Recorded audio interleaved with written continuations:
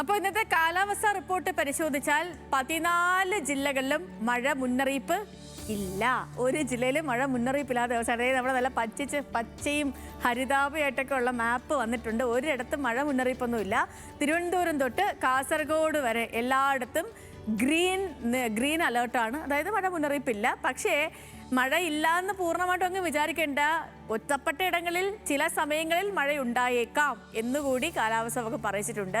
ഏറ്റവും ഒടുവിൽ Kerala state disaster management authority നൽകുന്ന മുന്നറിയിപ്പ് പ്രകാരം കൊല്ലം, പത്തനംതിട്ട, ആലപ്പുഴ, കോട്ടയം, ഇടുക്കി, എറണാകുളം ജില്ലകളിലൊക്കെ അടുത്ത 1 മണിക്കൂറിൽ ഇടിമിന്നലോട് കൂടിയ നേരിയ മഴയ്ക്കും മണിക്കൂറിൽ 40 കിലോമീറ്റർ വരെ വേഗത്തിൽ ശക്തമായ കാറ്റിനും സാധ്യതയുണ്ടെന്നാണ് അറിയിച്ചിരിക്കുന്നത്.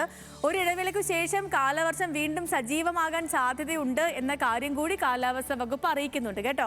നാളെ 5 ജില്ലകളിലും അതേപോലെ മറ്റന്നാൾ 12 ജില്ലകളിലും യെല്ലോ അലർട്ട് പ്രഖ്യാപിച്ചിട്ടുണ്ട്.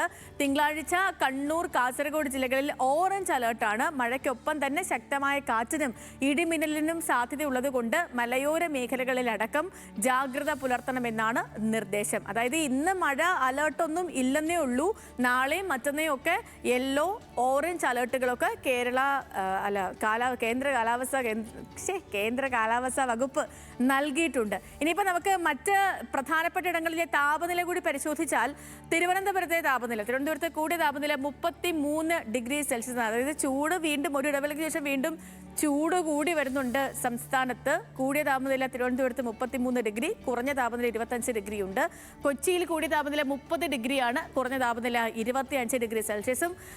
32 ഡിഗ്രി സെൽഷ്യസ് ആണ് കോഴിക്കോട്ടെ കൂടിയ താപനില, കുറഞ്ഞ താപനില 25 ഡിഗ്രി സെൽഷ്യസ് ആണ്.